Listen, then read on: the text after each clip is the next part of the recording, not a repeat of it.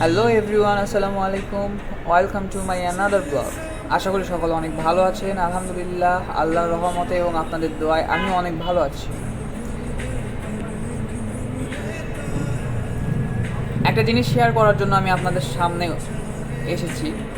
Just কয়েক second বা কয়েক মিনিট কিছু আলোচনা করব আপনাদের সাথে।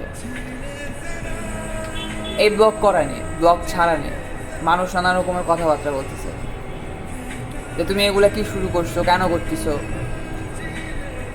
তাদেরকে বলতেছি আমার ইচ্ছা হচ্ছে ভাই, আমি করতেছি। তোমাদের সমস্যা কোন জায়গায়? সাপোর্ট করলে করো, না করলে না করো। আমার ভিডিও দেখতে চাইলে দেখো, না দেখলে চাইলে আনফলো করে বের হয়ে যাও। আমাকে রাখতে হবে তোমার পেজে? আমি কি তোমাকে বলছি যে তুমি আমাকে তোমার পেজে রাখো? যদি আমাকে যদি তোমার ভালো লাগে তাহলে তুমি রাখো, যদি না ভালো লাগে তুমি ডাইরেক্ট ব্লক করে দাও। আমার তো কোনো সমস্যা নাই।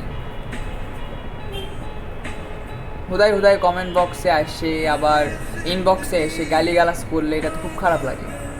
আমি আমার পেজ থেকে একজনকে গালি দিতে যাই, আমি নিজেই রিপোর্ট খাই বসে আছি।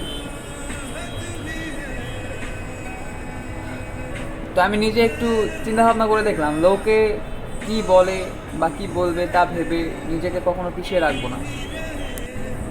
আমার কথা হচ্ছে ভাই, জীবনটা তোমার, লোকের না। তুমি হারলে লোকে শুধু হাসবে, আর সফল হলে পুরো দুনিয়া তোমার দিকে দেখবে। বিষয়টা একটু বিবেচনা করে দেখো। মানুষ তখনই আপনার মূল্যায়ন করবে যখন আপনি সফল অর্জন করবেন। মানুষদের মধ্যে 90% সফলতা অর্জনে ব্যর্থ হয়, কারণ হচ্ছে পৃথিবীতে সব কিছু সবার ধারণ ক্ষমতা হয় না।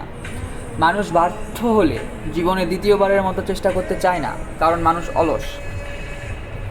মনে রাখা উচিত যে সাফল্যের জন্য কখনো পিছিয়ে যাওয়া হচ্ছে বোকামি। আপনি একবার হারছেন তো কী হয়েছে, আবার চেষ্টা করে যান। দেখবেন একবার না হলে দ্বিতীয়বার হবে, দ্বিতীয়বার না হলে তৃতীয়বার হবে। এভাবে চেষ্টা চালিয়ে যান, অবশ্যই আপনার জয় হবে নিশ্চিত। মানুষ তখনই সফলতা অর্জন করে কখন জানেন?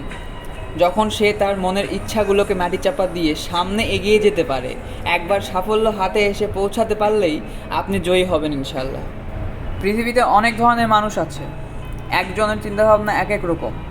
ঠিক তেমনই হাজারো সফল হওয়া মানুষের হাজারো রকম গল্প রয়েছে, তারাও কিন্তু সফল হয়েছে। যাই হোক, কোনো খারাপ কথা বলে থাকলে আমাকে ক্ষমার চোখে দেখবেন, ক্ষমা করবেন। সবাই দোয়া করবেন আমার জন্য। আল্লাহ হাফেজ।